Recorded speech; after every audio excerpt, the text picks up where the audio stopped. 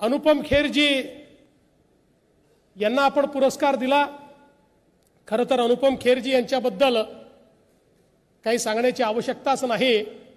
अतिशय वर्सटाईल अशा प्रकारचा हा कलावंत, आणि खरंच आहे की आपल्या पहिल्याच सिनेमामध्ये सारांशमध्ये 70 वर्षाच्या वयाच्या व्यक्तीची भूमिका त्यांनी साकारली, आणि आज 17व्या वर्षीही कुठल्याही प्रकारची भूमिका अतिशय बेमालूमपणे अतिशय सुंदर अशा प्रकारे ते साकारत असतात।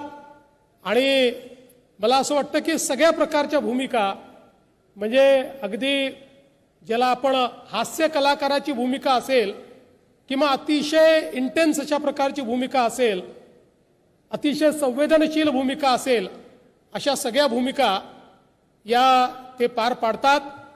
पण आज त्यांनी माझा एक डायलॉग चोरलेला आहे। ते म्हणाले, मी पुन्हा येईन।